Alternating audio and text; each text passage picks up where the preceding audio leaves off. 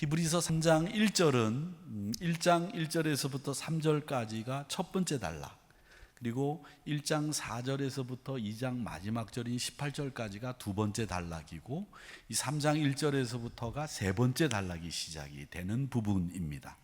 이 세 번째 단락은 어떻게 시작하느냐 하면 모세와 예수님을 비교하면서 시작을 하고, 그 세 번째 단락의 시작은 뭘 얘기하느냐 하면 예수님을 깊이 생각하라, 이렇게 시작을 하고 있습니다.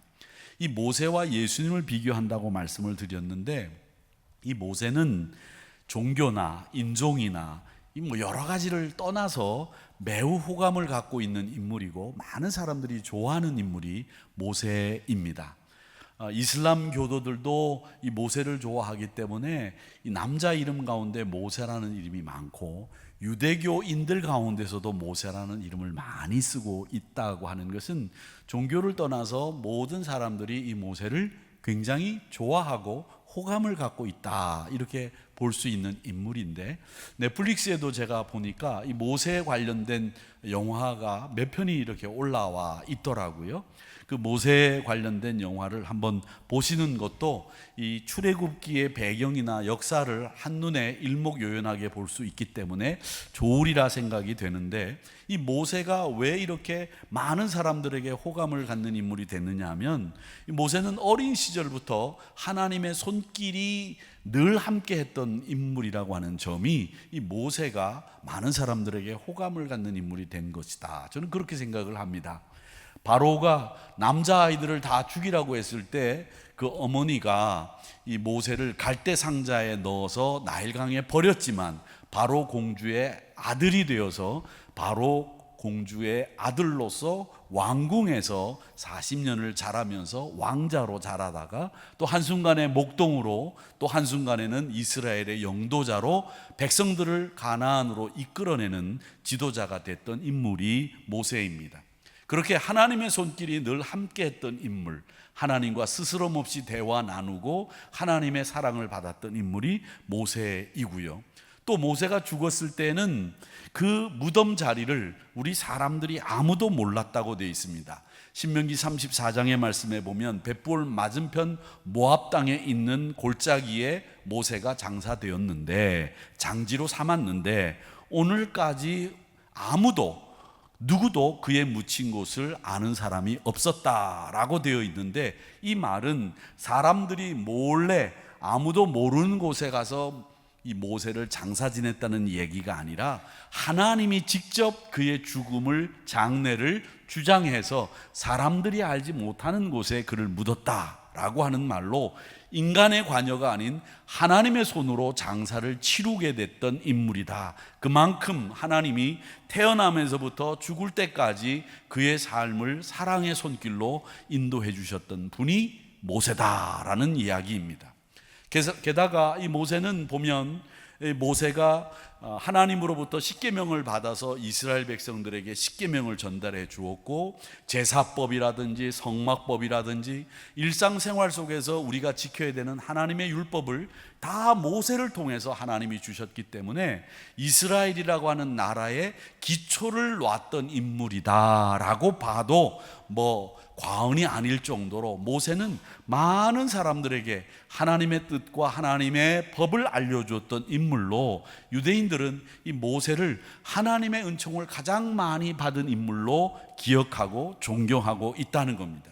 그런데 히브리서 기자는 유대인이면서 기독교인인 이 히브리서 독자들에게 이 모세보다도 훨씬 더 위대하신 분이 예수님이다라고 예수님과 모세를 비교하고 있습니다. 그 비교를 단적으로 이야기한 것이 뭐냐면, 모세는 집이고 예수님은 그 집을 지은 사람이라고 하는 비교를 통해서 모세보다도 예수님이 월등하다라고 하는 것을 이야기하고 있습니다. 우리 장로님들이 장립을 받기 전에 항상 비전 트립을 제주도로 갑니다.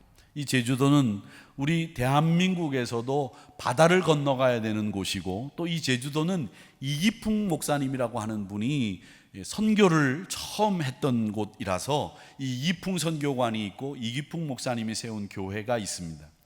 그리고 이 제주도는 우리 이 본토에서는, 어떻게 보면 대한민국 본토에서는 선교지로 생각했던 곳이 제주도이기 때문에 우리가 복음을 들고 주의 사역을 하는 데 있어서 가장 가깝게 주의 복음을 전했던, 목숨을 걸었던 그분들의 현장을 볼 수 있는 곳이 제주도라, 이 제주도에 비전 트립을 갑니다.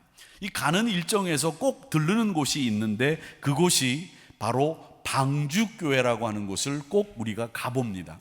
이 방주교회는 지금 생긴 것이, 이게 뒤에 강대상 부분인데 생긴 것이 이렇게 생겼습니다. 가보신 분들도 많이 계시겠지만 가보지 않으신 분들을 위해서 제가 사진을 준비하라고 말했는데, 이 방주교회는 한국계 일본인 건축가인 이타미 준이라고 하는, 한국 이름은 유동룡이라고 하는 분이 설계를 했습니다. 그러니까 노아의 방주를 형상화해서 만든 교회이죠.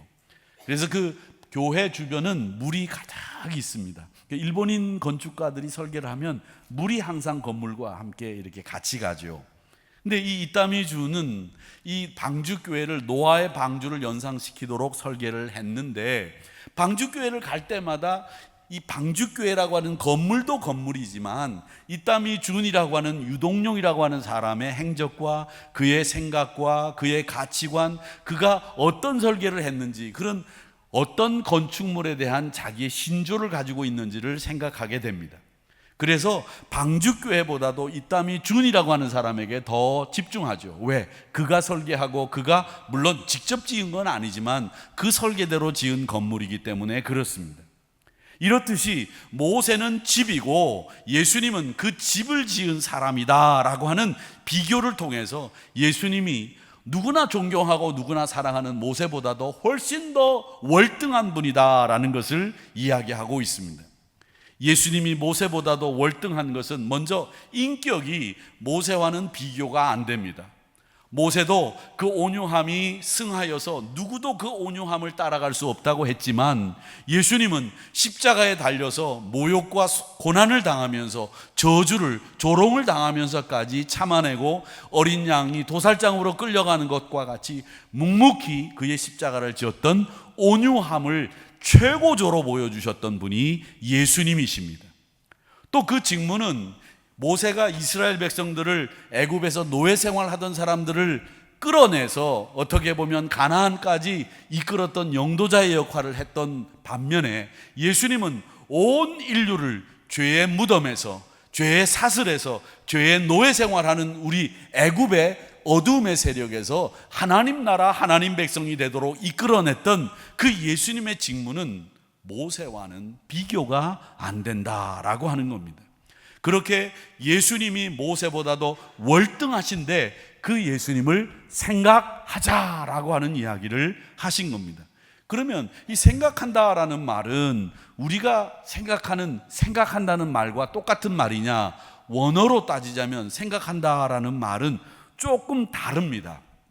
생각한다는 말은 그야말로 예수님을 완벽하게 알고 예수님의 지식, 예수님이 하신 말씀, 예수님이 하신 행동, 예수님의 인생, 모든 것을 완벽하게 알고 그를 매일마다 한시도 빼놓지 않고 예수님을 생각하는 것, 그걸 오늘 말씀에서 예수를 깊이 생각하라라는 말씀으로 한 것입니다. 이 생각하라는 말씀은 누가복음 12장 27절의 말씀에 보면 예수님이 어떤 말씀을 하셨느냐면, 백합화를 생각하여 보라. 실도, 옛날 성경에는 길쌈도 아니하고 매지도 아니해도 그 백합화가 모든 솔로몬의 영광보다도 월등하다, 훌륭하다라는 말씀을 누가복음 12장에서 하셨는데, 그 백합화를 생각해 봐라. 백합화를 너희들이 알지 않느냐? 그 백합화보다도 너희들이 더 소중한 사람이다 라고 말씀하실 때에, 이 생각하라는 말씀과 오늘 예수님을 깊이 생각하라는 말씀이 같은 말씀이라고 하는 거죠. 그러니까 사랑하는 성도 여러분, 완벽하게 그분을, 그 대상이신 예수님의 지식을 갖고 그분을 알아가는 것, 그게 예수를 깊이 생각하는 말씀의 뜻입니다. 자, 그래서 오늘 말씀 3장 1절에서부터 13절까지 읽었는데 이 세 번째 단락에 예수님을 깊이 생각하라는 이 말씀은 어떤 예수님을 깊이 생각해야 되느냐, 두 가지입니다. 하나는 믿음의 도리의 사도이신 예수님을 생각해라. 대제사장이신 예수님을 생각하라. 이렇게 말씀을 하시면서 어떤 예수님이냐? 믿음의 도리의 사도이신 예수님, 대제사장이신 예수님 생각하라. 그러면 그 예수님을 생각하는 너희들은 뭘 해야 되느냐? 어떻게 예수님을 생각하고 있느냐라고 했을 때 소망의 확신과 소망의 자랑을 끝까지 부여잡아라 라고 하는 것을 처음 이야기하시고, 그리고 또 하나는 너희들 완고하지 말고 안식에 들어가기를 힘쓰는 예수님을 깊이 생각하는 사람이 되라. 이 두 가지를 이야기하고 있습니다. 네, 아멘 하셔서 오늘 설교는 여기까지입니다. 이게 오늘 설교의 가장 큰 틀입니다.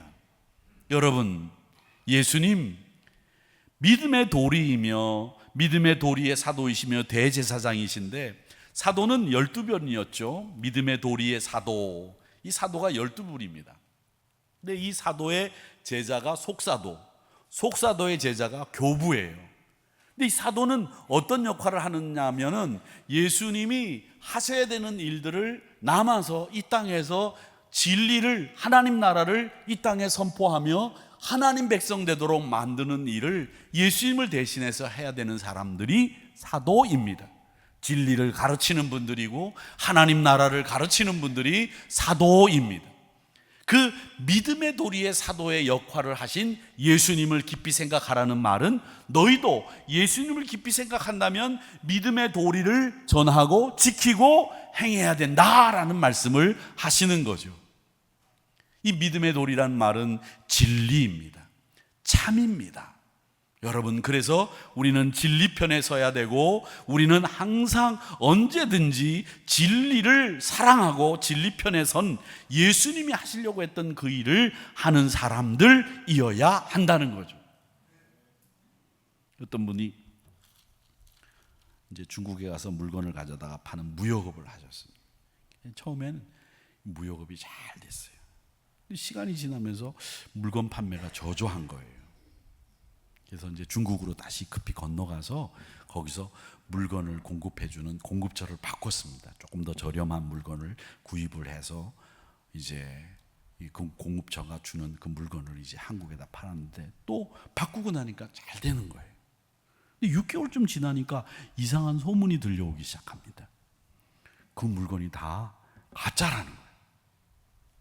결국 김 사장은 중국에서 가짜 물건을 갖다가 팔아가지고 큰 금액의 손해를 봤다고 소문이 나고, 가짜 물건 판다고 그렇게 많은 사람들이 얘기하는 바람에 사업이 망했습니다. 얼마나 힘들어요. 그래서 이 양반이 극단적인 선택을 하려고 마음을 먹고 집에 있던 쥐약을 먹었습니다. 그런데 죽지 않는 거예요. 그 쥐약도 중국에서 산 가짜였습니다.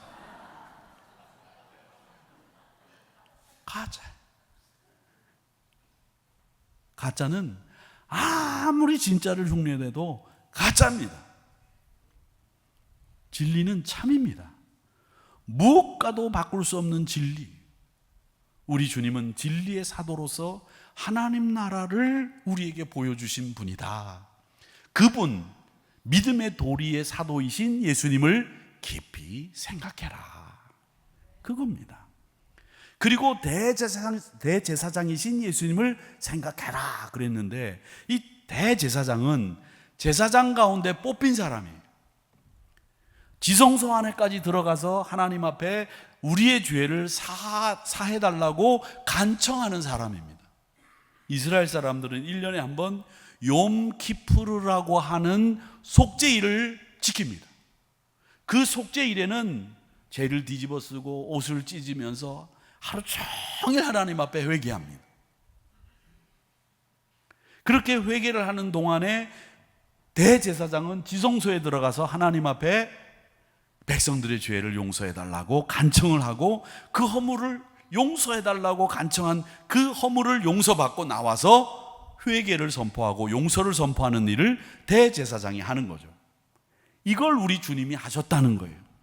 그래서 우리가 예수를 깊이 생각하는데 대제사장이신, 우리 죄를 용서하신 예수님을 깊이 생각해야 되고, 진리를 예수님을 대신해서 이 땅에 전하신 사도와 같이 우리에게 하늘나라를 보여주신 믿음의 도리의 사도이신 예수님, 그 예수님을 우리도 사도처럼 생각하고 행해야 된다. 이 얘기를 지금 세 번째 단락인 이 히브리서 3장 1절에서부터 13절에서 말씀하고 있는 거예요. 여러분은 예수님을 깊이 생각하시되 믿음의 도리의 사도이신 예수님, 대제사장이신 예수님을 깊이 생각하는 여러분들이 되시기를 축원합니다. 그렇게 생각하시는 분들은 어떤 분들이냐? 6절을 같이 읽어보겠습니다. 6절 시작. 그리스도는 하나님의 집을 맡은 아들로서 그와 같이 하셨으니 우리가 소망의 확신과 자랑을 끝까지 굳게 잡고 있으면 우리는 그의 집이라. 우리가 그의 집이라는 거예요. 집이 되어주는 방법을 소개하고 있는데, 소망의 확신, 소망의 자랑을 끝까지 굳게 잡고 있어라 하는 얘기입니다. 이 소망을 확신하고 소망을 자랑하는 일을 끝까지 지켜내고 붙잡는 것입니다. 이걸 끝까지 붙잡으려면요, 인내하지 않으면 안 됩니다. 히브리서 기자를 쓸 당시에 편지를 읽는 분들이 누구라고 말씀드렸습니까? 예수 믿는 유대인들이에요. 고난당하고 있습니다. 동족들로부터 배척당하고 또 로마 사람들로부터 배척당하고, 배척 안 하는 사람들이 없어요. 예수 믿는 것 때문에 어디 설 자리가 없는 사람들입니다. 그분들에게 이야기하는 거예요. 소망의 확신 놓치지 마라. 네가 자랑하는 예수님 계속 자랑해라. 메시아가 영광 중에 오시고 영광 중에 그를 믿는 사람도 이제 함께 왕 노릇할 때가 온다. 소망의 확신을 가지고 있는 너희들 지켜내라. 그러면 우리는 그의 집이 되고 그의 집에 속하게 된다. 이 말씀을 하고 있는 겁니다. 그러기 위해서, 소망의 확신을 잡기 위해서 우리에게 필요한 게 뭐냐? 참아내는 인내가 필요한 겁니다. 여러분, 신앙생활은 이 인내와 또 하나 기억하는 일, 이 두 가지를 잘 하셔야 됩니다. 기억하는 일, 하나님이 나에게 베풀어 주신 은혜를 기억하는 일, 사랑하는 성도들이 나에게 사랑과 관심을 베풀어 준 일들 기억하는 일, 그래서 감사로 이어지게 하는 거, 그거 정말 필요한 거고요. 또 하나는 우리가 가지고 있는 재림의 소망, 이 소망의 확신을 꼭 붙잡고 살아가기 위해서 인내하며 참으며 기다리는 거예요. 이 기다림이라고 하는 것은 상당히 신앙생활하는 데 있어서 중요한 거고요. 그 기다림의 신앙에는 인내가 꼭 필요해요. 그래서 오늘 말씀에 예수를 깊이 생각하는 대제사장이신 예수, 믿음의 도리의 사도이신 예수님을 생각하는 너희들은 소망의 확신을, 자랑을 꼭 붙잡고 있어라. 이 말씀을 합니다. 그럴 때 너희들이 그의 집이 된다. 그리고 하나는 8절입니다. 같이 읽어보겠습니다. 시작. 광야에서 시험하던 날에 거역하던 것 같이 너희 마음을 완고하게 하지 마라. 예수를 깊이 생각한다면 출애굽할 때 이스라엘 백성들이 광야에서 하나님이 먹을 걸 줄 건지 안 줄 건지 의심하고, 이곳에 묘자리가 없어서 여기까지 우리를 불러내서 죽게 하냐는 둥 불평해대던 그런 완고한 그 마음가짐을 가지지 말아라. 예수를 깊이 생각하면 너의 마음에는 늘 유연함이 있어야 된다. 이렇게 말씀하셨습니다. 이 완고함은 우리 생활 속에서도 그대로 드러납니다. 자기 생각 옳다고 얘기하고 자기 주장만 외치고 남의 의견이나 협력 따위는 마음에 두지 않고 그냥 직진합니다. 그냥 직진해. 하나님을 시험하기까지 마음에 고지식한 모습이, 자기는 신앙이라고 생각하는데 하나님은 오늘 분명하게 이야기해요. 완고함은 우상 숭배와 같은 죄요. 그렇게 말씀하고 있거든요. 사무엘상 15장 23절에도 말씀해 보면 완고함을 뭐라고 얘기하느냐? 하나님을 거역하는 것은 점치는 죄와 같고 완고한 것은 사신 우상에게 절하는 죄와 같다 그랬습니다. 하나님을 거역하는 건 점치러 가는 것과 똑같고, 완고한 것은 우상 숭배하는 죄와 같다는 거예요. 그만큼 완고한 것이 나쁘다 하는 거죠. 고집스러운 것이면 버리라는 거예요. 고집스러우면 충돌 일으키고 다툼 만들고, 고집스러우면 정말 목숨을 걸어야 될 때는 목숨 안 걸고, 안 걸어도 되는 일에 목숨을 걸어요. 왜 목숨을 걸 때 안 걸고 안 걸어도 되는 일에 거냐고요. 그게 완고함이지 않습니까? 우리 주님도 말씀하시지 않았습니까? 우리 마음밭을 갈아엎어야 된다고 했습니다. 단단한 땅에는 씨를 뿌려야 소용없어요. 삽이나 쟁기로 뒤집어서 부드러운 흙이 나와야 씨를 뿌리고 열매가 맺지요. 길가에다가 씨를 뿌리고 돌짝밭에다가 씨를 뿌리고 가시 엉키가 그 심한 데다가 씨를 뿌려봐야 소용없다는 거예요. 내 약점을 인정하고 부족함을 인정하고 내 마음을 갈아엎어서 부드럽게 만든 그 자리에 씨를 뿌려야 열매가 맺히는 거죠. 예수님을 깊이 생각하는 사람은 그렇게 예수님과 같이 늘 유연하고 늘 부드러운 마음으로 하나님 나라를 전파하고 하나님 나라를 보여주는 거죠. 자기의 기준으로만 세상 보는 거예요. 돌처럼 굳은 마음으로. 마음이 완고하니까 뭐냐면 내가 다 안다고 생각하고 안 배워요. 남의 말을 또 안 들어요. 저도 약간 요즘 그러는데 남의 말을 잘 안 듣고 남의 말을 들었는데도 내 생각하는 대로 그냥 해버려요. 큰일 났다 싶어요. 막무가내예요. 듣지 않고 배우지 않으니까 다른 사람이 쓸 틈이 없어요. 자기 완고함만 가지고 행동하니까 통제도 안 돼. 그러다 보니까 자기 행동을 합리화하기 위해서 어떻게 하냐면 늘 궤변을 드러나요. 궤변을. 말도 안 되는 얘기로 자기 합리화. 12절 말씀에 뭐라고 얘기합니까? 너희 중에 누가 믿지 아니하는 악한 마음을 품고 살아계신 하나님에게서 떨어질까 조심할 것이요. 그리고 13절에서 또 얘기합니다. 누구든지 죄의 유혹으로 완고하게 되지 않도록 해라. 병 가운데 간경화라는 병이 있습니다.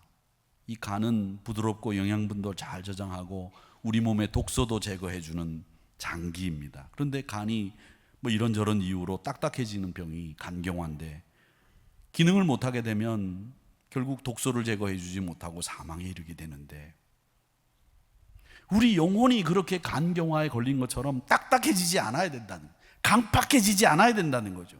고집스럽고 하나님 말씀 앞에 응답 없고 사람이 기뻐해도 기뻐해 주지 않고 사람이 슬퍼해도 슬퍼해 주지 않는 이런 사람들이 어떻게 예수를 깊이 생각할 수 있겠어요? 예수를 깊이 생각하는 사람들은 오늘 말씀처럼 믿음의 도리의 사도이신 예수, 대제사장이신 예수를 깊이 생각하는 사람들이기에 소망의 확신을 꽉 붙잡고 있다. 우상의 죄와 같은 완고한 마음을 버리고 하나님에게서 떨어지지 않고 늘 하나님 곁에 있는 사람이다. 이 사람이 예수를 깊이 생각하는 사람이다. 이렇게 말씀하고 있습니다.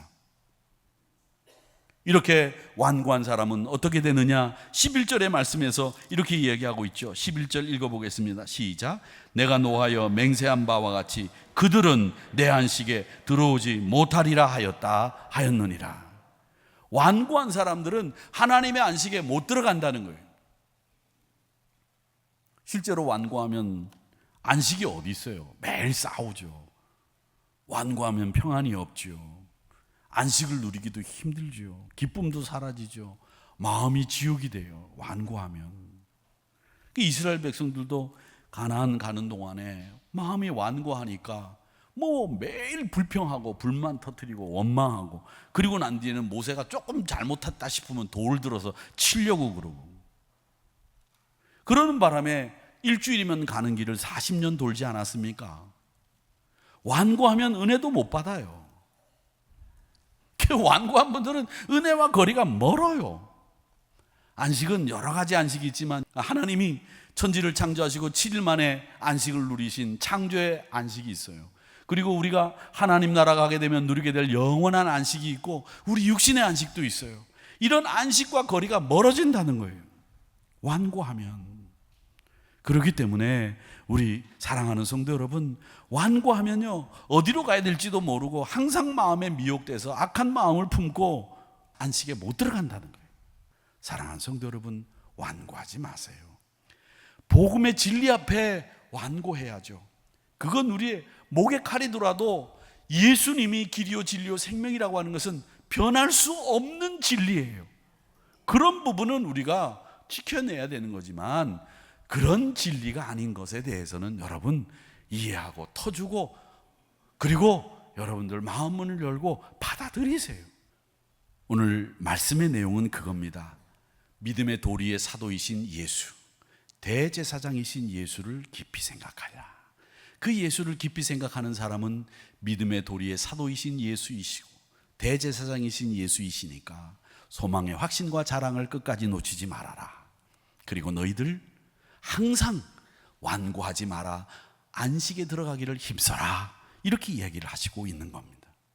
우리 사랑하는 성도 여러분, 완고한 마음으로 미혹되는 마음으로 사는 게 아니라 예수님을 깊이 생각하는 마음으로 승리를 일구어내는 우리 모두가 되기를 축복합니다. 그 예수를 한 주간 동안 깊이 생각하시면서 예수와 함께 동행하는 저와 여러분이 되시기를 주님의 이름으로 축복합니다.